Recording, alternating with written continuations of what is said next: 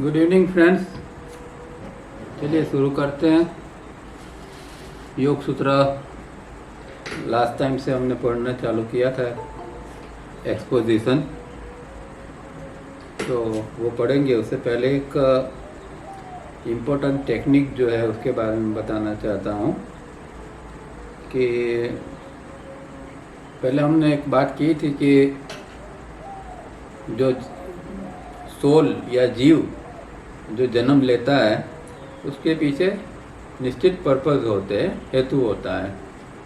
और सबसे बड़ा हेतु जो है वो हम जानते हैं कि कॉन्शियसनेस को राइज करने का।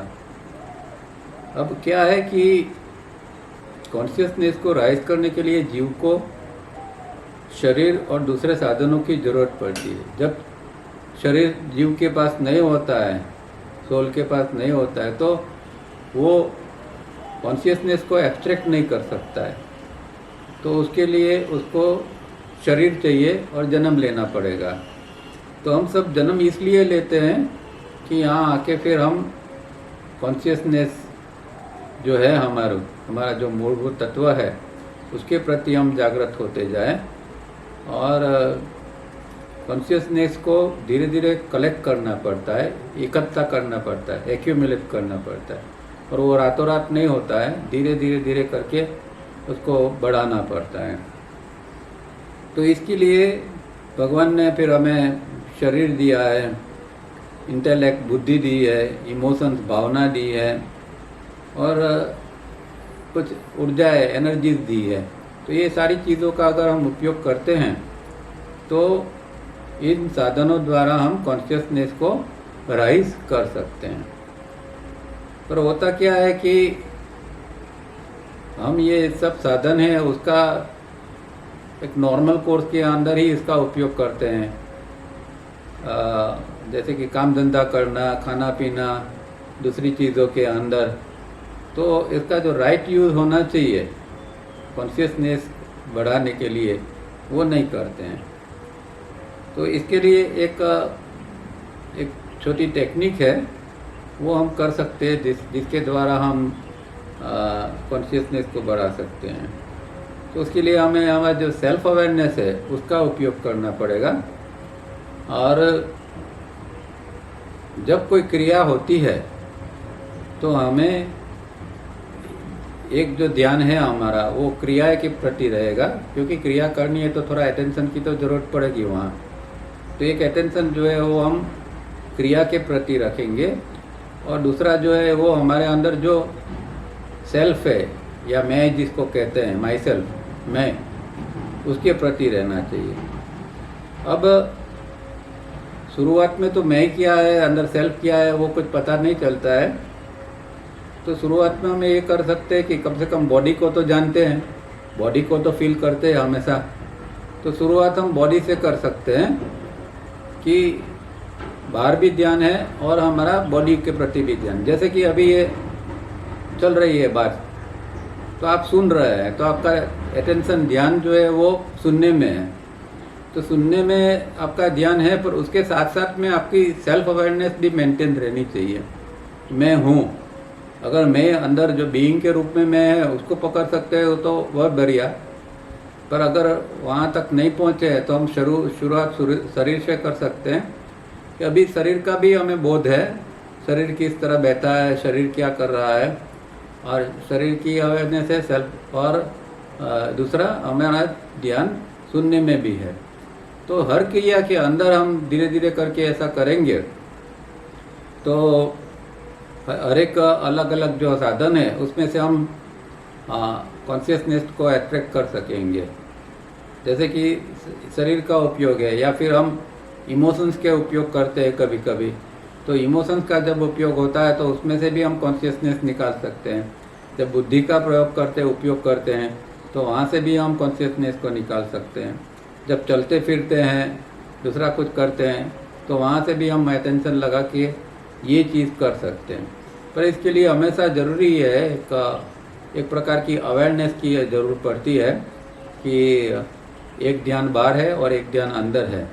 तो इस तरह करेंगे तो हमारे जो है वो ये कॉन्शियसनेस जो हमारा पर्पस है, जिसके लिए हम आए हैं, वो चीज़ हम उसका भी थोड़ा थोड़ा हमारे अंदर ये कलेक्ट करते जाएंगे। तो ये टेक्निक बहुत इम्पोर्टेंट है और इसका हमें उपयोग करना चाहिए। जब जब संवेदनाएं मिलती है, हर एक प्रकार की संवेदना मिलती है, तो संवेदना का उपयोग करना चाहिए। तो ठीक है, ये बात है। अब एक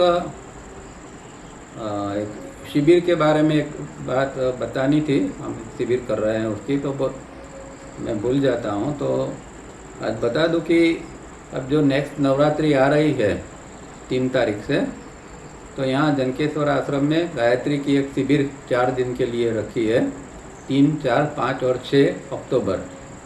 तो उसके अंदर गायत्री की माला का थोड़ा ज़्यादा अभ्यास करेंगे, रोज़ाना 5-6 माला करेंगे। तो जिनको शिविर में आना है वो आ सकते हैं और विशेष माहिती देवेंद्र भाई से आप ले सकते हैं। तो ये एक गायत्री की हम शिविर पहले करते थे, अभी बीच में नहीं होती थी, पर इस समय फिर से जनकेश्वर में, यहाँ जो मैं रहता हूँ उसके पास में जो आश्रम है, वहाँ पर ये शिविर है। तो जिनका आना चाहे वो आ सकते हैं। शर्त इतनी है कि वो व्यक्ति रोज़ाना घर पर नियमित गायत्री करती होनी चाहिए।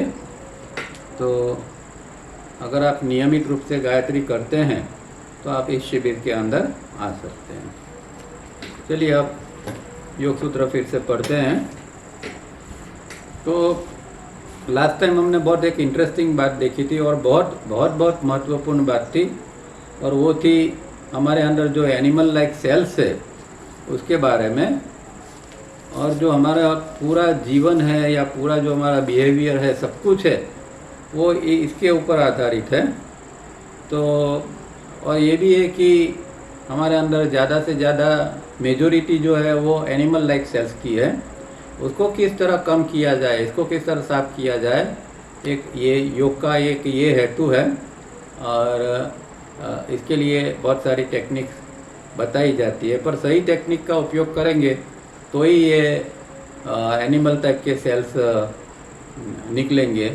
जैसे लास्ट टाइम तवरिया जी ने बताया था कि जैसे कुछ टेक्निक ऐसी होती है कि कुत्ते की पूंछ जो है वो सीधी करने जैसी होती है, तो कोई ऐसी टेक्निक से कोई फ़ायदा नहीं है।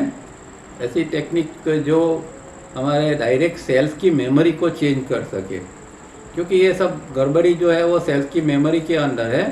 जो एनिमल टाइप के सेल्स जो है वो एनिमल टाइप की मेमोरी पकड़ के बैठे हैं और उसको जो है वो साफ करना है। तो पर्टिकुलर टाइप की टेक्निक्स या प्रैक्टिसेस इसके लिए बहुत ज़रूरी है। तो ये एक, और जितना ज़्यादा ह्यूमन टाइप के सेल्स हम बना सकेंगे, इतना हम रियल ह्यूमन बीइंग बन पाएंगे। और हमारा जो इनर कॉन्फ्लिक्ट है, जो परपेचुअल हमेशा रहता है, उसका सबसे बड़ा कारण यही है कि जैसे अंदर 2 पार्टी हो गई है, एक अच्छी पार्टी और एक बुरी पार्टी। और जो बुरी पार्टी है वो हमेशा नीचे की ओर खींचती है, अच्छी पार्टी जो है वो ऊपर की ओर ले जाने के प्रयत्न करती है। पर अच्छी पार्टी के अंदर मेंबर्स बहुत कम हैं, इसलिए इसका कोई जोड़ नहीं है। इसलिए ज़्यादातर जो मेजोरिटी वाला जो है वो हमें ज़्यादातर समय नीचे खींच के रखता है। तो जब जब आप साधना करें, देखो हम चाहे रिफाइनिंग करें, 3 स्टेप करें या और कुछ भी करें, पर हमेशा एक पर्पस के साथ करना चाहिए। और जब भी आप एक्सरसाइज करने बैठते हो तो उस समय पहले आप एक शांति से बैठकर ये एक संकल्प करो या एक याद करो कि मेरे अंदर जो एनिमल टाइप के सेल्स है उसको शुद्धि करने के लिए मैं ये क्रिया कर रहा हूँ। तो एक इसका बहुत अलग एक फ़ायदा भी मिलेगा और अलग इसकी असर आएगी। पर हम क्या है कि नॉर्मल कोर्स में मैकेनिकल करने की आदत हो गई है, तो मशीन चालू कर देते हैं, म्यूज़िक चालू कर देते हैं और फटाफट करने लगते हैं। ऐसा नहीं होना चाहिए। पहले शांत बनो, जो कर रहे हैं क्यों कर रहे हैं उसका पर्पस आँख के सामने लाओ। और तावरिया जी बार बार ये कहते थे कि भाई आप जो कर रहे हैं उसका पर्पस तो जानो, समझो और हर समय उसको आँख के सामने रख के करो। तो ये चीज़ हमारे लिए बहुत ज़रूरी है। जब भी आप ये कोई भी एक्सरसाइज क्रिया करें तो पर्पसफुली करें तो एक अंदर अवेयरनेस भी रहेगी कि भाई मैं कर रहा हूँ या कर रही हूँ, किस लिए कर रही हूँ। ठीक है, तो इतना करना बहुत ज़रूरी है। अब पेज नंबर 16 से आगे पढ़ते हैं। Conscious creations of thoughts leading to action is the result of mind modification. Mind modification मतलब कि चित्त वृत्ति, चित्त की जो वृत्ति है, तो वृत्ति बनती है, वृत्ति से विचार बनता है और विचार से कर्म होता है। कर्म जो करते हैं उसके पहले विचार और वृत्ति बनती है। तो ये विचार वृत्ति विचार बनते हैं, उसका सर्जन के बाद में हम कोई भी कार्य इसके अनुरूप करते हैं। Let us appreciate that the majority of animal type of cells will always have a say in our thoughts and actions, and our emotions will be loaded more with rajas and tamas than sattva. तो एक तकलीफ ये है कि हमारे जो विचार अंदर चल रहे हैं, वृत्ति बनती है, विचार बनते हैं, और उसके द्वारा या उसके अनुरूप हम जो एक्शन करते हैं, क्रिया करते हैं, वो सब सारे के सारे जो है वो एनिमल टाइप की जो मेमोरी है या एनिमल टाइप के जो सेल्स है उसके द्वारा प्रेरित होते हैं। और इसीलिए हम थोड़ा ऑब्जर्वेशन करेंगे तो भी पता चलेगा कि हम जो कुछ करते हैं उसके वो एक शांति से, एक प्रेम से, आनंद से, इस तरह हम कुछ नहीं करते हैं। हम जो करते हैं वो फटाफट, जैसे प्राणियों के अंदर कैसा भागा भागी होती है, एक जगह से दूसरी जगह जाते हैं, ये करते हैं, वो करते हैं, इस तरह हमारा अंदर भी जो एक एनिमल टाइप की एक कोई अंदर ये चालू रहती है, और उसके प्रेरित होकर जिस तरह हम ये सारी क्रियाएं वगैरह करते हैं। तो थॉट और एक्शन जो है वो एनिमल बेस के हैं, और हमारे अंदर जो इमोशंस है वो रजस और तमस से भरे हुए हैं। तो इमोशनल सेंटर ही पूरा रजस से भरा हुआ है और सेक्स सेंटर जो है वो तमस से भरा हुआ है। तो सत्व जो है वो हमारे अंदर बहुत कम होता है। Consequently our lower psychic nature and such kind of mind modifications arising from our dual structures as earlier stated impart a ratio of intensities 2482 to the intellectual, emotional, sex and movement IESM centers respectively as shown in diagram 1। तो ये जो है सारा रजस तमस है हमारे अंदर animal type के सेल से, उसका परिणाम क्या आता है कि हमारे अंदर जो लोअर साइकिक नेचर है उसके अंदर जो माइंड मॉडिफिकेशन बनते हैं, मतलब वृत्ति जो होती है। अब लोअर साइकिक नेचर क्या है, जो वो भी एक्चुअली जो है एनिमल टाइप की जो सेल्स है उससे ही बना है। एक है साइकिक नेचर और दूसरा लोअर साइकिक नेचर। तो हम देखेंगे कई लोगों के अंदर बहुत ज़्यादा ये एनिमल टाइप की जो है वो संस्कार ज़्यादा होते हैं, मतलब कि जिनका माइंड क्रिमिनल जैसा है, जिनका माइंड बहुत झगड़ालू है, बात बात में झगड़ा करते हैं, बहुत सारी अनैतिक क्रियाएं करते रहते हैं, ऐसे लोग जो है वो लोअर साइकिक नेचर से जीते हैं। हमारे अंदर सबके अंदर साइकिक नेचर तो है, पर कई लोगों के अंदर वो इतना नीचे हो गया कि इसको लोअर साइकिक नेचर कहना पड़ा। तो वो सारे एकदम लोअर कक्षा के जो इमोशंस है इससे बने हुए होते हैं, और उसके अंदर से ये मॉडिफिकेशन जो है चित्तवृत्ति बनती रहती है। और लास्ट टाइम जैसे हमने देखा था कि दो टाइप के स्ट्रक्चर हमारे अंदर है। एक IES मतलब इंटेलेक्चुअल, इमोशन और सेक्स से बना जो एक स्ट्रक्चर है जिसको स्ट्रक्चर ऑफ एक्सेप्टेंस टावरिया जी कहते हैं, और दूसरा जो है वो बायोलॉजिकल स्ट्रक्चर जो M या मोमेंट से बना हुआ होता है, जो बायोलॉजिकल है या फंक्शनल जिसको कह सकते हैं इस तरह। तो दोनों स्ट्रक्चर जो है उससे फिर एक रेशियो बनता है हमारे अंदर, और रेशियो 2482 है, और वो चारों सेंटर का रेशियो है, intellectual, emotional, sex and movement का जो है वो डायग्राम 1 जो है उसका ये रेशियो बताया हुआ है। तो बहुत इम्पोर्टेंट बात ये है कि हमारा साइकिक नेचर को हम किस तरह सुधार सके, क्योंकि महर्षि पतंजलि ने जो मेन जो सूत्र दिया योगस्थित वृत्ति निरोध, जो सबसे ये फंडामेंटल इस किताब का जो सूत्र है वो, उसके अंदर भी डेफिनेशन में तावड़िया जी ने साइकिक नेचर शब्द का उपयोग किया है कि healing of the psychic nature. तो जब तक हीलिंग साइकिक नेचर की नहीं होती है तब तक जो है हमारा प्रोग्रेस नहीं होता है, क्योंकि ये एनिमल टाइप के जो सेल्स है वो हमें उसी ओर खींच के ले जाएंगे। तो हम इवोल्यूशन करना चाहते हैं और वो इन्वोल्यूशन की ओर हमें ले जाएंगे। तो साइकिक नेचर को हील करना बहुत ज़रूरी है, और योग की सभी क्रियाएं उसको हील तो करती है, पर एक चीज़ बहुत जल्दी इसको हील कर सकती है और वो है प्रेम। अगर हमें सही मात्रा में या सही व्यक्ति से जो प्रेम मिलता है तो वो बहुत जल्दी ये साइकिक नेचर को हील कर सकता है। और प्रेम कहीं से भी मिले, वो चाहे पति पत्नी का प्रेम हो, माता पिता से हो, कहीं से भी अगर प्रेम मिलता है तो जो बचपन से ये हमारा साइकिक नेचर जो है वो ख़राब हो गया, उसके अंदर घाव पड़ गए। हीलिंग का मतलब क्या है कि वो ख़राब है, घाव है, उसको हील करना पड़ता है। जैसे शरीर के ऊपर एक कुछ घाव लग गया तो उसको हील करना पड़ता है, इसी तरह ये हमारा साइकिक नेचर जो है वो घाव से भरा हुआ है। हज़ारों बार हमारा इंसल्ट हुआ है, हज़ारों बार हमारा तिरस्कार हुआ है, हज़ारों बार अनचाही बात हुई है, और ये सारी चीज़ें जो है वो हमारे साइकिक नेचर को ख़राब करती ही रहती है। और इतना ख़राब हो गया है कि अभी तो छोटी बात में हमें गुस्सा आ जाता है, अपमान लगता है, छोटी छोटी बातों में हमको दुख हो जाता है। तो इसको शांति से जीने के लिए भी कम से कम इसको हील करना जरूरी है। योग के अंदर तो ज़रूरी है, पर जब तक ये हील नहीं होगा तब तक हम शांति से जी नहीं पाएंगे। और मेरे हिसाब से तो उसके सबसे बड़ा जो ये है भाव, इमोशन या प्रेम, वो इसको बहुत जल्दी हील कर सकता है।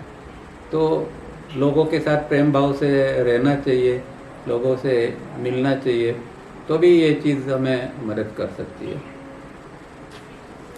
This then is the main reason for demanding inner purity, changing the animal type of cells having lower awareness to the human type. Hence also the need for the refining exercises, the upgrading of awareness exercises and the 3-step rhythmic breathing. तो ये कारण अब हम जान चुके हैं कि भाई ये एनिमल टाइप के सेल्स है और उसके लिए हमारे अंदर जो इम्प्योरिटी सब इकट्ठी हुई है उसको जब तक हम प्योर नहीं करेंगे, इसको जब तक हम शुद्ध नहीं करेंगे, चेंज नहीं करेंगे, और जो हम एनिमल टाइप की उसके कारण जो हम लोअर अवेयरनेस से जीते हैं उसको हम अपग्रेड नहीं करेंगे, तब तक हमारा कोई विकास हो नहीं सकेगा। तो ये सबसे बड़ी डिमांड है, सबसे एक इसको कहते हैं अर्जेंसी टू चेंज। तो एक अर्जेंसी है और इसको हमें समझना चाहिए कि भाई अर्जेंटली हमें जितना जल्दी हो सके इतना ये एनिमल स्ट्रक्चर को बदलना है। और इसके लिए ही तावड़िया जी ने refining exercise, upgrade of awareness exercise, 3-step rhythmic breathing, even इससे आगे फेज वगैरह जो दिया हुआ है वो सारी चीज़ें जो है वो इसके लिए ही है कि ये एनिमल टाइप के सेल्स जो है उसका जल्दी से जल्दी हम उसको हम बदल सकें। Lethargy, inertia of body and mind is the result of the functioning of this majority of cells. Moh, krodh, lobh and aham are the attendant results. Well else can be expect. Here mere preaching of morality or any type of philosophy will yield no results। तो बहुत सारे लोगों के अंदर और हमारे अंदर भी, और खास करके जो लोग बिल्कुल योगा नहीं करते हैं उनके अंदर तो बहुत सारी लिथार्जी, एक प्रकार की इनर्शिया जिसको कहते हैं, वो पड़ा हुआ है। और उसका कारण कहते हैं कि भाई ये जो एनिमल टाइप के जो सेल्स है वो मेजॉरिटी सेल्स इसके ही है। और प्राणी में भी देखेंगे तो क्या करेंगे, प्राणी का कामकाज है क्या। आप एनिमल प्लेनेट्स वगैरह प्रोग्राम देखेंगे तो सिंह क्या करेगा, शेर जो है या दूसरे शिकार करेंगे, खाएंगे और फिर सो जाएंगे। और इसमें दिन में 10-12 घंटा तो सोते ही रहते हैं प्राणी, और रात को शिकार के ऊपर निकलते हैं। तो हमारे अंदर जब तक ये सेल्स है तो हमारे अंदर भी इस तरह की वृत्ति रहेगी, कामकाज न करने की वृत्ति रहेगी, पड़े रहने की वृत्ति रहेगी, एक प्रकार की लिथर्जी। और खाली बॉडी में नहीं, माइंड के अंदर भी ऐसी रहती है, माइंड भी कुछ करने के लिए तैयार नहीं होता है। तो ये एक जो मेजोरिटी जिनके अंदर ये ज़्यादा है उनको समझना चाहिए कि भाई उनके अंदर ये एनिमल टाइप के सेल्स ज़्यादा काम कर रहे हैं, ज़्यादा एक्टिव है, तो उनको तो और जल्दी और अच्छी तरह साधना या प्रैक्टिस करनी चाहिए। और दूसरे जो साइकोलॉजिकल है या जिसको हम मोह, क्रोध, लोभ, अहम वगैरह कहते हैं, वो भी जो है वो उसके कारण, उसके आनुषंगिक जो है वो अटेंडेंट जैसे है, उसके आनुषंगिक रूप में ये सारी चीज़ें भी पीछे पीछे फिर आती है। तो पहले एक लिथार्जी आती है, फिर मोह, क्रोध, लोभ, अहम, ये सारी चीज़ें ऐसी व्यक्ति के अंदर आएगी और सबका कारण ये एनिमल टाइप के सेल्स है। तो यहाँ कोई प्रीचिंग की कोई जगह नहीं है, कोई फिलोसॉफी की जगह नहीं है, उससे कुछ नहीं होने वाला। चाहे हम दिन भर में कुछ सुनते रहे, कुछ ये करते रहे, कुछ भी करते रहे, इससे प्रवचन सुनते हैं, कथा सुनते हैं, सत्संग करते हैं, पर इससे कुछ नहीं होता है, क्योंकि ये सेल्स चेंज नहीं होते हैं। सब कुछ करने के बावजूद भी थोड़ी देर के लिए मन को शांति लगती है, भजन कीर्तन करते हैं तो थोड़ी देर के लिए एक शांति लगती है, पर जैसे उठे कि तरत जो है वो एनिमल टाइप के सेल्स फिर से एक्टिव हो जाते हैं और फिर से हमें उसी तरह सोचने और काम करने के लिए मजबूर कर देते हैं। तो कुछ भी ऐसा थियोरेटिकल चीज़ जो है वो कोई उससे का काम नहीं बनता है, प्रैक्टिस करनी पड़ेगी और सख्त प्रैक्टिस करनी पड़ेगी। In the structure of the thinking instrument and in the thought forming process, both the conscious as well as the subconscious aspect of the brain are included. तो यहाँ जो है वो हमारा जो ब्रेन एक कॉन्शियस ब्रेन है, जो आगे का IESM केंद्र जिसमें ज़्यादा काम करते हैं वो उसको हम कॉन्शियस ब्रेन कहते हैं, और सबकॉन्शियस ब्रेन है जहाँ हमारी मेमोरी काम करती है। तो ये सब जो है वो एक थिंकिंग इंस्ट्रूमेंट का जो स्ट्रक्चर है उसका ये भाग है, और ये दोनों जो है वो थिंकिंग प्रोसेस के अंदर इसका उपयोग करते हैं। हम कॉन्शियस ब्रेन का और सबकॉन्शियस ब्रेन का उपयोग करते हैं। और कहने का यहाँ मतलब ये है कि ये इनके अंदर भी ये एनिमल टाइप का सेल्स जो है उसकी मेजोरिटी है वो पड़े हुए हैं, और इसीलिए फिर हमारा कॉन्शियस ब्रेन फंक्शन करेगा तो वहाँ भी वही इसी प्रकार का रिजल्ट आएगा। It is estimated that 30,000 impulses enter our body brain system per second, of which roughly 120 enter the thinking instrument. At these rates, a normal person is unable to control either the lower psychic nature or his chitta, because his individual mind is involved with the brain processes and the mind does not function as a catalyst as it is ideally meant to. Besides, the continuous non-stop process of conscious brain, like the working of the heart and the circulation of blood, are beyond our normal control. तो अब हम जानते हैं कि भाई impulse का science तो हम जान चुके हैं, और हमारे अंदर 30,000 इम्पल्सिस हम आते हैं, और 120 जो है वो हमारे थिंकिंग इंस्ट्रूमेंट में, मतलब विचार प्रक्रिया का उपयोग करने के लिए 120 जो थॉट है, 120 इम्पल्सिस है, इसका उपयोग करते हैं। अब इसमें से जो विचार बनेंगे उसकी भी स्पीड इतनी होगी कि एक सामान्य व्यक्ति जो है वो किसी भी हालत में इस प्रकार के विचार को कंट्रोल नहीं कर पाएंगे। पहले तो विचार को देख भी नहीं पाएगा, तो फिर कंट्रोल करने की तो बात ही अलग है। और हमारा जो साइकिक नेचर है, लोअर साइकिक नेचर है या चित्त है, वो भी सामान्य व्यक्ति के कंट्रोल में नहीं आता है, क्योंकि ये सारी चीज़ें जो है इतनी स्पीड से चलती रहती है, विचार इतने फास्ट अंदर फटाफट बनते रहते हैं कि कब गलत विचार आ गया और उसने हमारा कब कब्जा कर लिया वो भी हमें पता नहीं चलता है, और कभी पता चलता है तो बहुत देरी के बाद पता चलता है। तो उसको ऐसे माइंड को कंट्रोल करना नामुमकिन जैसा होता है।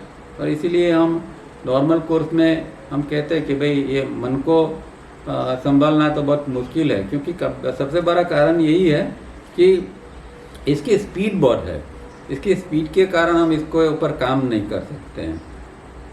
और दूसरा जो एक इम्पोर्टेंट कारण ये भी है कि जो चित्त जो है, जो अंदर जो चित्त आता है, उसका काम तो ब्रेन को सिर्फ एक एनर्जी देना है, ब्रेन को एक सप्लाई देना है, और फिर उसको न्यूट्रल होके कैटालिस्ट होके दूर से रहना है। अब प्रॉब्लम ये हो गया है कि ये जो चित्त अंदर आता है वो ब्रेन की प्रोसेस के साथ में, जो थिंकिंग की प्रोसेस है, उसके अंदर घुल मिल जाता है। और ये सबसे बड़ी गड़बड़ी है। अगर चित्त जो है वो कैटालिस्ट के रूप में रहेगा तो वो दृष्टा का काम करेगा। जैसे यहाँ हम देखेंगे बाद में सूत्रों के अंदर, तो जो तीसरा सूत्र जो तदा द्रष्टु स्वरूपे अवस्थानम का है, दृष्टा अपने स्वरूप में आ गया, तो कब आता है? तो पहले चित्त जो है वो दृष्टा के रूप में अपने स्वरूप में आना चाहता है। ये कब होता है? कि जब चित्त कैटालिस्ट के फॉर्म में आएगा, वो ब्रेन की प्रोसेस के साथ में इन्वॉल्व नहीं होगा, तो फिर वो चित्त जो है वो एक दृष्टा के रूप में आता है, और वहाँ कुछ समय के लिए हम चित्तवृत्ति का निरोध भी कर सकते हैं। तो ये एक गड़बड़ी यही है कि चित्त को जिस स्थिति में रहना चाहिए, कैटालिस्ट की स्थिति में, उसकी स्थिति में वो नहीं रहता है और वो इन्वॉल्व हो जाता है। कैटालिस्ट का मतलब ये होता है कि जिसकी प्रेजेंस में दूसरी चीज काम कर सके। तो वहाँ खाली चित्त का होना ही जरूरी है। चित्त आ गया तो ब्रेन अपने आप में काम करना चालू कर देगा, उसकी प्रेजेंस ही जरूरी है, न कि इसका इन्वॉल्वमेंट।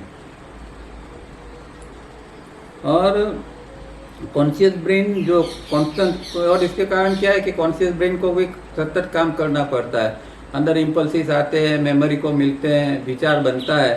तो कॉन्शियस ब्रेन जो है वो भी जैसे हार्ट काम करता है, ब्लड सर्कुलेशन काम करता है, इसी तरह उसको भी कांस्टेंट काम करना पड़ता है, और इसी के कारण वो कंट्रोल में नहीं रहता है।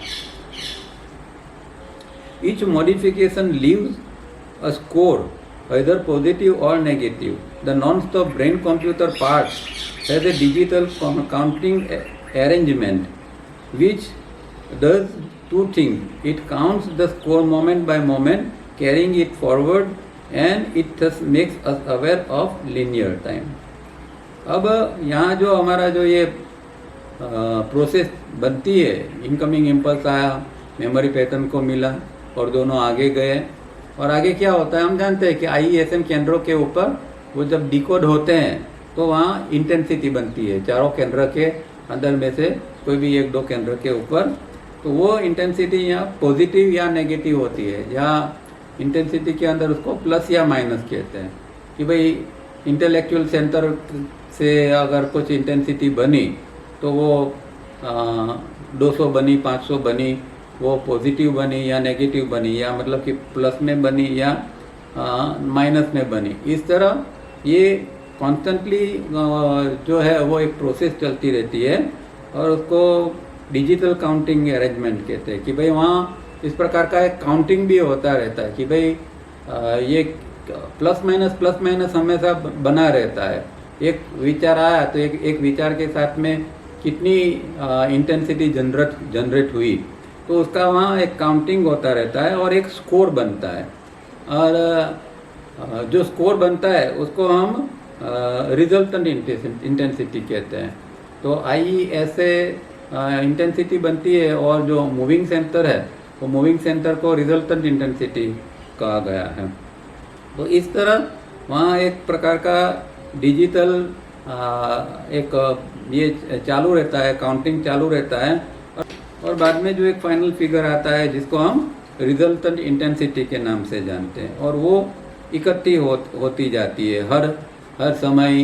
या जैसे हम अकाउंटिंग करते हैं कि हर साल में भाई इस एक साल का अकाउंटिंग में इतना कि कितना हमने प्रॉफिट कमाया या फिर नुकसान हुआ वगैरह वगैरह, इस तरह हमारे अंदर भी इस तरह का अकाउंटिंग एक होता रहता है, और वो रिजल्टेंट इंटेंसिटी के रूप में रहता है। और फाइनल जो है वो डेथ के टाइम में रहता है कि भाई इस जन्म के अंदर अब जो इतने सारे लाखों करोड़ों कामकाज किया, जो किया, विचार किया, तो इसमें से जो इंटेंसिटी बनी तो भाई माइनस में बनी कि प्लस में बनी, और अकॉर्डिंगली फिर हमारा नया जन्म जो है उसके ऊपर आधारित रहता है।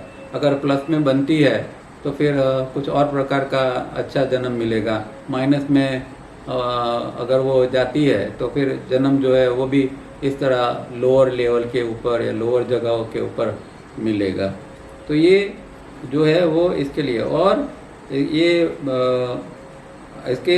इसके कारण क्या होता है कि हमें एक लीनियर टाइम का अनुभव होता है, क्योंकि ये डिजिटल जो अंदर जो काम चालू रहता है, अंदर जो ये काउंटिंग का काम चालू रहता है, इसलिए लीनियर टाइम मतलब जो कलाक, 1 घंटा, दूसरा घंटा, तीसरा घंटा, जो लीनियर हमारा टाइम जो चल रहा है, जिसको हम गधी का टाइम कहते हैं, वो लीनियर टाइम है।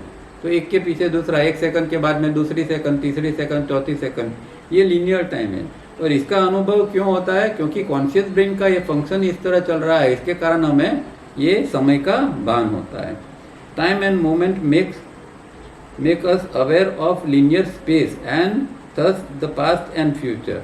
तो भूतकाल और भविष्य काल का भी हमें भान होता है, इसी कारण वो लीनियर स्पेस के अंदर हमें भान होता है कि भाई ये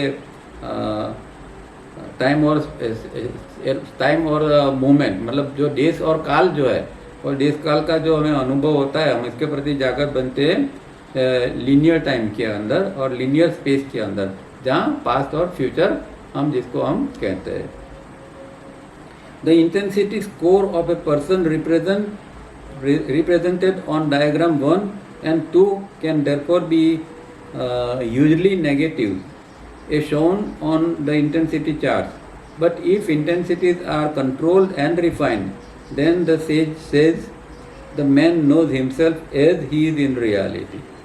तो जो डायग्राम 1 और 2 है, 2482 और 5221, और 5221 भी अभी तो एस्टेब्लिश नहीं है, वो भी फ्लक्चुएटेड है, इसलिए ये दोनों के अंदर ज़्यादा से ज़्यादा नेगेटिव टाइप के विचार बनते हैं, या इसका जो रेशियो जो ये बनता है वो इस तरह का लोअर टाइप का रेशियो होता है। तो उसको हमें रिफाइन करने की ज़रूरत है, मतलब कि हमारी जो इंटेंसिटी है उसको चेंज करने की ज़रूरत है, जिसमें रजस तमस ज़्यादा बनते हैं, उसके बदले सत्व ज़्यादा बने, मतलब इंटेलेक्चुअल सेंटर ज़्यादा काम करे और इमोशनल सेक्स सेंटर कम काम करे। इस तरह के अंदर इंटेंसिटी बननी चाहिए, तो वो कंट्रोल होती है, और फिर अगर रिफाइन होती है तो फिर man knows himself as is in reality. मतलब ये वही सूत्र है तदाद्रष्टु स्वरूप अवस्थान, कि मतलब अभी जो व्यक्ति है हिमसेल्फ मतलब दृष्टा जो है, वो अपने अंदर रियलिटी में क्या है, उसकी स्थिति के अंदर क्या है, वो अभी उसका वो अनुभव कर रहा है। तो ये कब होता है कि हम इंटेंसिटी को चेंज करेंगे, तब ये दृष्टा का अनुभव हमें हो पाएगा। Here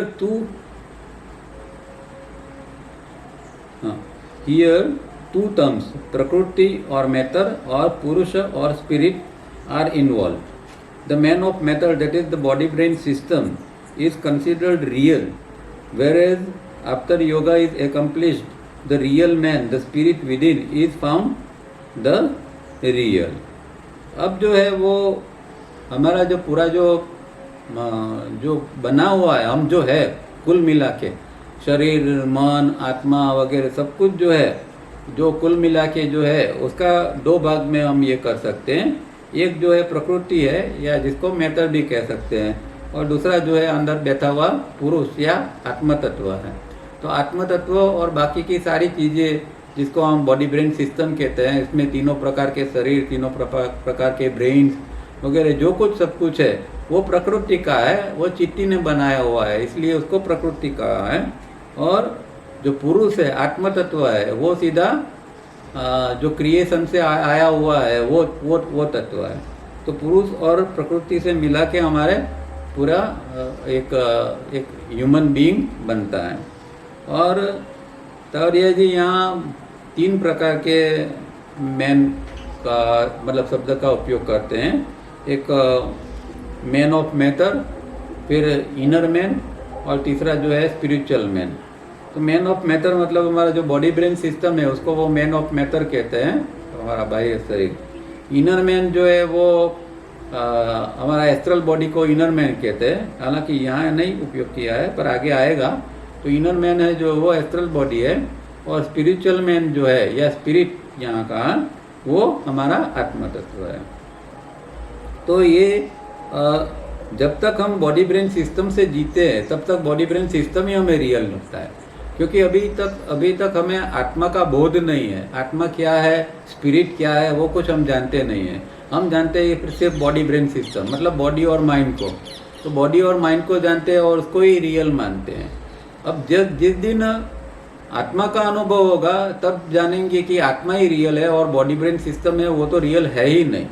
तो इस प्रकार हमारी जो अवेयरनेस है वो शिफ्ट होती है। हमारी अवेयरनेस अभी बॉडी ब्रेन सिस्टम के ऊपर है, इसलिए वो रियल लगता है।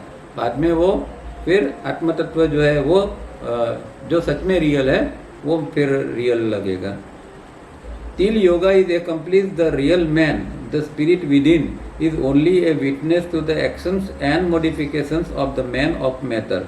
The sage throughout is talking about the man of matter and how this man of matter can one day realize the real man, the spirit within, and surrender willingly.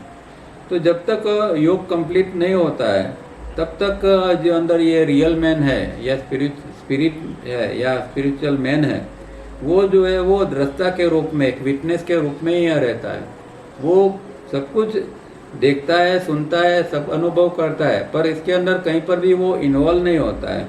वो जो चित्त की वृत्ति बनते हैं, एक्शंस होते हैं, उसमें कहीं पर भी उसका इन्वॉल्वमेंट नहीं होता है। वो खाली एक दृष्टा के रूप में, चाहे एकदम बड़तर से बड़तर हालत हो जाए, एकदम खराब हालत हो जाए, कुछ भी हो जाए, फिर भी वो दृष्टा भाव अपना छोड़ता नहीं है। वो बाद में दृष्टा भाव छोड़ के काम करने लगता है। वो स्थिति एक अलग फिर बनती है। और इसीलिए जो है वो महर्षि पतंजलि हमेशा कहते हैं कि भाई एक दिन ये जो हमारा मैन ऑफ मैटर है या जो फिजिकल बॉडी ब्रेन सिस्टम है उसको, ये जो रियल है, जो स्पिरिचुअल मैन है, उसके प्रति उसको सरेंडर होना ही पड़ेगा। और जब वो सरेंडर होगा तब फिर वो रियल मैन का, स्पिरिचुअल मैन का गाइडेंस लेके फिर आगे साधना कर पाएगा। और विलिंगली फिर ये यहाँ उसको करना है। चित्त, the thinking instrument can be in any of the 5 states which can be either painful or not painful. They are 1. Correct knowledge, 2. Incorrect knowledge, 3. Fancy, 4. Sleep, and 5. Memory. The 5 states define, these 5 states define the domain of the man of matter. अब यहाँ से वो चित्तवृत्ति जो कौन सी है उसका ये करते हैं। ये एक्सपोजिशन है। ये एक अभी समझना ये है कि जो सूत्र है उसका यहाँ वो जनरलाइज कर देते हैं। जनरल में वो बताते हैं कि भाई कौन सा है, पहले सूत्र में क्या है, दूसरे में क्या है। तो ये अब तक में हमने देखे तो अलग अलग सूत्र के अंदर ये चीज़ है। तो जैसे कि भाई ये दृष्टा स्वरूप अवस्था नाम, या फिर इसके बाद का सूत्र जो है, और अब जो है 5वां सूत्र से जो है वो यहाँ अलग अलग प्रकार की जो चित्त वृत्ति है, 5 प्रकार की चित्त वृत्ति है, और उसको domain of man of matter कहा है। तो वो 5 प्रकार की चित्त हमारे अंदर चाहे हजारों लाखों विचार बने, पर ये 5 प्रकार की वृत्ति के अंदर ही आएंगे। एक 5 प्रकार का एक समझो कि एक ये है कि ये 5 के अंदर ही कोई भी प्रकार का विचार होगा वो उसके अंदर आएगा, इससे बाहर कुछ नहीं होता है। जैसे कि करेक्ट नॉलेज, पहली जो है उसको प्रमाण कहा गया है। यहाँ पतंजलि ने उसका शब्द प्रयोग किया प्रमाण। प्रमाण का मतलब जो होता है करेक्ट नॉलेज। दूसरी जो है वो इनकरेक्ट नॉलेज, जिसको विपर्य कहते हैं। तो इनकरेक्ट नॉलेज, विपर्य। फिर फैंसी का मतलब जो है विकल्प, मतलब कल्पना करना। फिर चौथा है जो स्लीप माने निद्रा, और 5वीं है वो मेमोरी यानी स्मृति। तो ये जो 5 जो है वो मनुष्य का जो उसका जो प्रदेश है, डोमेन है, उसके अंदर ये सारी चीज़ें आ जाती है। और ये वृत्ति जो है वो पेनफुल भी हो सकती है और न भी हो सकती है। तो हर वृत्ति जो है वो पेनफुल नहीं होती है, कई सारी पेनफुल भी होती है, कई सारी नॉन पेनफुल है, मतलब कि नॉर्मल प्रकार की वृत्ति होती है। अब ये फिर प्रमाण क्या है, अभी ये आगे फिर बताएंगे प्रमाण क्या है, मतलब कि राइट नॉलेज क्या है, रॉन्ग नॉलेज क्या है, यहाँ आगे फिर इसका डिस्क्रिप्शन आता है, तो वो देखते हैं। द वर्ड परसीव इन सूत्र 7 of book 1 must be understood in its proper sense. Perception is the quality of individual mind which is not involved with the process of conscious brain. Individual mind remains as mere catalyst that is so necessary for the brain processes.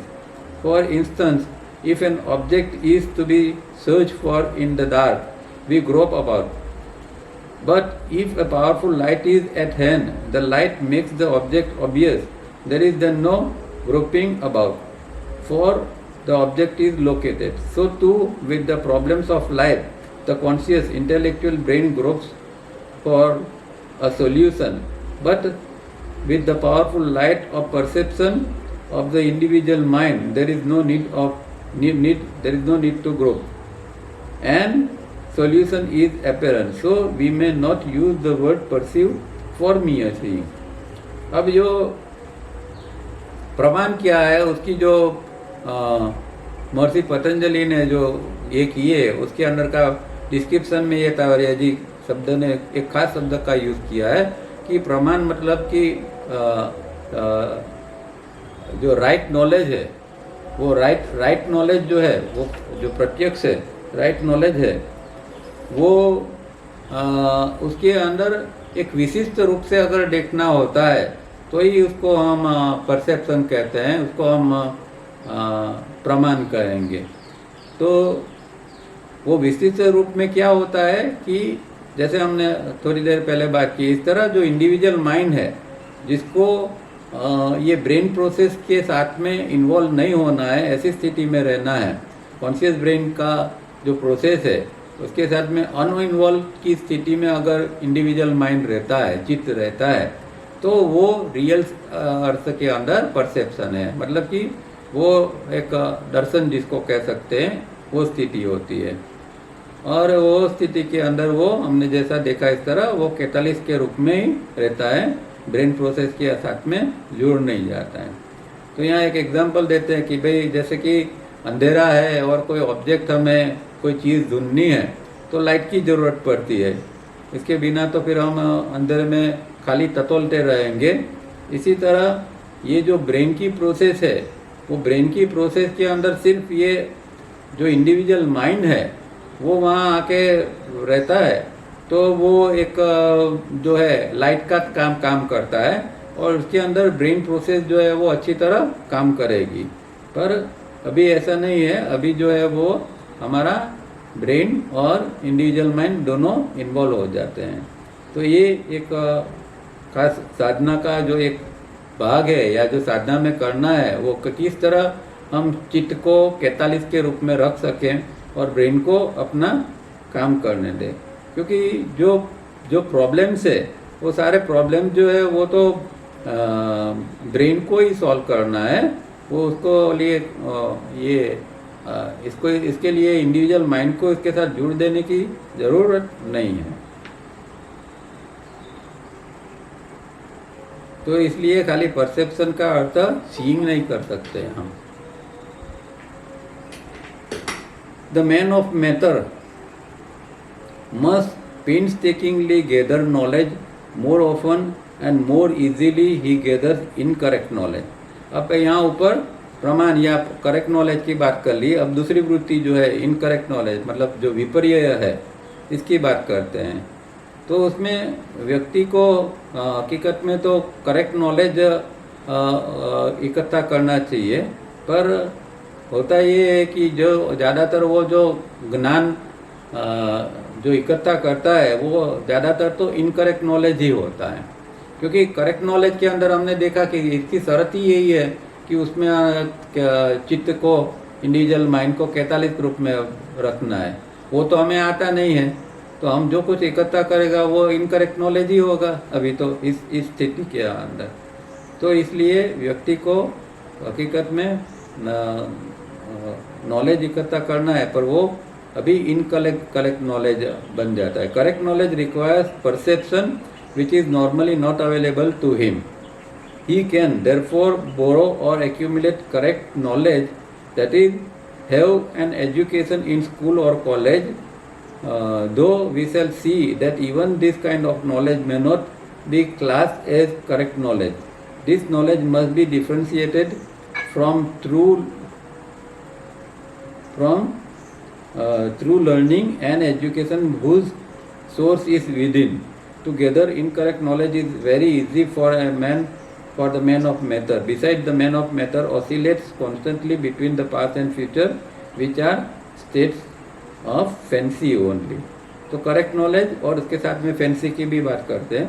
तो correct knowledge के अंदर जो हम सही knowledge तो हम accumulate नहीं कर सकते, तो उसके ऑप्शन में हम क्या करते हैं कि बाहर से एजुकेशन लेते हैं, स्कूल कॉलेज का एजुकेशन लेते हैं, हमारे माइंड जो है या हमारे ब्रेन जो है इसको हम तैयार करते हैं इस तरह नॉलेज लेके। पर उसको भी हम करेक्ट नॉलेज तो कह ही नहीं सकते, चाहे स्कूल कॉलेज का नॉलेज या कोई किताबों का नॉलेज या कहीं से भी किसी प्रकार का भी नॉलेज लेते हैं, वो करेक्ट नॉलेज की श्रेणी में नहीं आएगा, क्योंकि करेक्ट नॉलेज के लिए परसेप्शन होना जरूरी है। और ये जो सही में जो एजुकेशन है वो तो हमारे अंदर से, हमारा जो सोर्स है अंदर का, वहाँ से आना चाहिए, तो ही वो फिर करेक्ट नॉलेज बनेगा। बाहर से जो नॉलेज लेते हैं वो ऑलमोस्ट वो इनकरेक्ट नॉलेज ही होगा। और वो आसान चीज़ है, क्योंकि अंदर तो काम करना पड़ता है करेक्ट नॉलेज लेने के लिए, परसेप्शन डेवलप करना पड़ता है, वो तो हो नहीं सकता। इसलिए बाहर का हम नॉलेज उधार का ले लेते हैं, बोरो कर लेते हैं। और फिर इसके साथ में जो हमने जो विचार इकट्ठे किए ज्ञान के नाम पर, उसके अंदर ही हमारा मन जो है वो भटकता रहता है, ऑसिलेशन होता रहता है, और उसको ही फैंसी कहा गया है। फैंसी मतलब कि कल्पना। तो कल्पना और कल्पना के अंदर दो चीज़ें है, एक डे ड्रीमिंग है और दूसरा ब्रूडिंग है। तो ये तो हम जानते हैं कि हमारा डे ड्रीमिंग और ब्रूडिंग तो निरंतर चलता ही रहता है। तो 5 प्रकार की वृत्ति के अंदर हम दिन भर में देखेंगे तो ज़्यादा से ज़्यादा हम विकल्प के अंदर रहेंगे।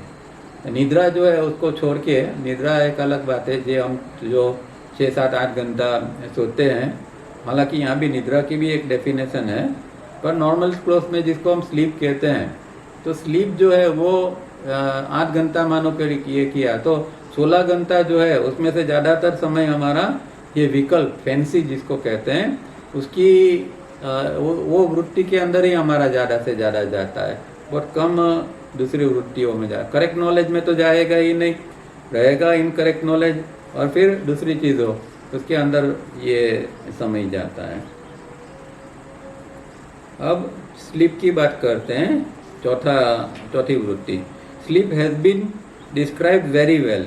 इन sleep the modification ought to be nil, but are in fact present at a much lower rate. Besides, the five senses should not pick up incoming impulses, but they still do so in small numbers, leading to dreams, whether remembered or not. So, when awake, the man of matter is in the state of fancy, and when asleep, he is in the dream state. And it is a fact that there cannot be a slight thought which once turned in the conscious brain is not made memory. All thoughts remain as memory, both as recall and retained memory may appear sluggish through non-use, but nothing is ever forgotten. तो ये paragraph के अंदर बाकी की जो 2 वृत्ति हैं, निद्रा और स्मृति, इसकी बात उन्होंने कर दी। तो पहले निद्रा वृत्ति स्लीप जो है उसके अंदर वो कहते हैं कि उसके अंदर किसी भी प्रकार का मॉडिफिकेशन वृत्ति अंदर बननी नहीं चाहिए। अगर शांत निद्रा है, सही निद्रा है, तो उसके अंदर कोई वृत्ति नहीं होनी चाहिए। पर नॉर्मल कोर्स में ऐसा नहीं होता है। हमारे अंदर लोअर रेट के अंदर मतलब कि कुछ प्रकार के तो अंदर जो है वो वृत्ति बनती रहती है, और उसके साथ में जो 5 इंद्रिय से जो इम्पल्सिस आते हैं, तो वो भी कुछ न कुछ प्रकार में लो रेट के अंदर वो भी कुछ चालू रहता है। बाहर से भी कुछ हम पकड़ते रहते हैं हमारा माइंड, और ये दोनों मिलके फिर हमारे अंदर एक ड्रीम स्टेट बनता है। तो ड्रीम्स जो बनते हैं इसके अंदर ये एक तो चित्तवृत्ति अंदर जो चालू रहती है वो, और दूसरा ये बाहर का अंदर से कुछ ना कुछ इम्पल्सिस आते हैं, दोनों मिला के ड्रीम स्टेट बनते हैं। और वो चाहे फिर ड्रीम्स है वो याद रहते हैं या नहीं भी रहते हैं। ज़्यादातर ड्रीम्स तो याद ही नहीं रहते हैं, बहुत कम ड्रीम्स, और सुबह सुबह में अगर कोई ड्रीम्स होते हैं वो हमें याद रहते हैं, बाकी वो ज़्यादा नहीं रहते हैं। और फिर जैसे ही हम जागते हैं तो विचार चालू हो जाते हैं। तो विचार चालू हो गए मतलब फिर से हम फैंसी या विकल्प या कल्पना की स्थिति में आ गए। तो रात के अंदर ड्रीम स्टेट में और दिन के अंदर फैंसी विकल्प के स्टेट में अंदर, 2 स्टेट में ही हम ज़्यादातर जीते हैं। हमारा पूरा जीवन जो है वो ये 2 स्टेट के अंदर ही ज़्यादा से ज़्यादा जाता है। और मेमोरी के बारे में बात करते हैं कि एक बार जो विचार बन गया उसकी मेमोरी बन गई, चाहे फिर वो हमें याद हो ना हो, चाहे वो कितनी भी पुरानी है, मेमोरी बन जाती है। फिर उसको हमने देखा था डिस्कोर्सेस में भी कि वो इनडिस्ट्रक्टेबल कहते हैं, उसका नाश नहीं हो सकता है। फिर एक बार बन गई तो बन गई, हमें याद है या नहीं, आज से जो 50 साल पहले हुआ था वो भी कोई मेमोरी अंदर पड़ी है, उसको हम अगर रिकॉल कर सकते हैं तो, और उसको रिटेन भी कर सकते हैं, वो एक अलग चीज़ है कि कई मेमोरी को हम रिकॉल करके फिर से बुला सकते हैं, याद कर सकते हैं, किसी को ये कुछ को हम रिटेन भी कर सकते हैं। पर ज़्यादातर मेमोरी जो है वो अंदर बहुत पुरानी है, वो एकदम उसका कोई यूज़ नहीं हुआ है, इसलिए वो स्लगिश हो जाती है, निष्क्रिय टाइप की हो जाती है। पर वो नहीं है ऐसा नहीं कह सकते। और आजकल एक साइकोथेरापी के अंदर इसके ऊपर से ट्रीटमेंट भी चल रही है, क्योंकि हम जानते हैं कि बहुत प्रकार के हमारे जो प्रॉब्लम्स है आज के, इसके अंदर कुछ मेमोरी का बहुत बड़ा रोल होता है। और जो पास्ट मेमोरी मतलब कि जो पहले की, खास करके बचपन की या जवानी की, जो बचपन की खास कुछ बचपन के अंदर जो खराब घटनाएं घटित हो जाती है और उसकी जो मेमोरी बन जाती है, उसको वो मेमोरी जो है वो उसके कारण आज भी हमें दुखी परेशान होना पड़ता है। हमें पता नहीं होता है कि भाई इसके कारण हमें ये सब हो रहा है, पर बहुत सारी चीज़ों का कारण जो है वो बचपन की मेमोरी होते हैं। तो साइकोथेरापी के अंदर अब आजकल क्या करते हैं कि उसको रिकॉल करते हैं, मतलब पेशेंट को एक ट्रांस की स्थिति के अंदर ले जाया जाता है और फिर पर्टिकुलर टाइप की जो मेमोरी है उसको बाहर लाया जाता है और उस समय की जो घटना घटी थी उसको फिर से रिवाइव किया जाता है। मतलब कि उसको फिर से जीना पड़ता है। जैसे कि बचपन में कोई घटना घटी तो वो कैसे घटी थी उसको फिर से एकदम हूबहू उसको याद करना है कि कौन सी स्थिति थी, कौन सा रूम में क्या हुआ था, कौन कौन व्यक्ति हाजिर थी, कौन कोई बैठा हुआ था, कोई खड़ा हुआ था, कोई बोल रहा था। एकदम पूरा क्लियर पिक्चर हमारे आँख के सामने आना चाहिए और उसको पूरा जी लेना पड़ता है, मतलब पूरी कॉन्शियसनेस के साथ में उसमें से पसार होना पड़ता है। तो फिर वो मेमोरी जो है वो निकम्मी हो जाएगी, जिसके कारण आज हमें बहुत सारे प्रॉब्लम्स है, वो फिर वो प्रॉब्लम हम परेशान नहीं करेंगे। तो इस तरह ये मेमोरी का रिपेयरिंग का है या इसको ठीक करना, वो भी इसमें ये इस तरह हो सकता है। तो ये चीज़ अब यहाँ पांचों वृत्तियों का जो है वर्णन यहाँ खत्म होता है, इसलिए यहाँ रुकते हैं।